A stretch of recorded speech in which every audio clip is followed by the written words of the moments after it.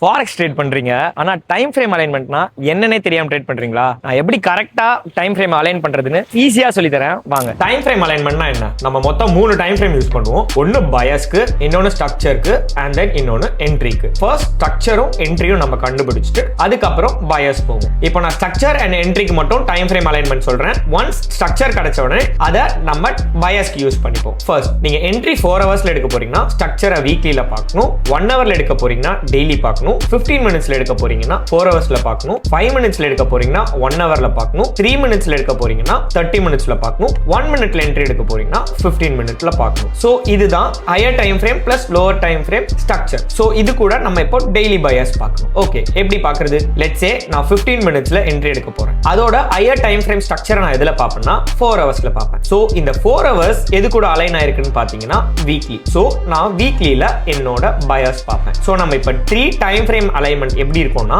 Entry வந்து 15 minutes, structure வந்து 4 ஹவர்ஸ்ல பார்க்கிறது, அண்ட் தென் பயாஸ் வந்து வீக்லில பார்க்கிறது. சோ இப்படி தான் நம்ம டைம் ஃப்ரேம் அலைன்மெண்ட் செக் பண்ணணும். நீங்க இந்த டைப் ஆஃப் டைம் ஃப்ரேம் அலைன்மெண்ட்டை கண்டிப்பா செக் அவுட் பண்ணி பாருங்க. கண்டிப்பா யூஸ்ஃபுல்லா இருக்கும். By the voice.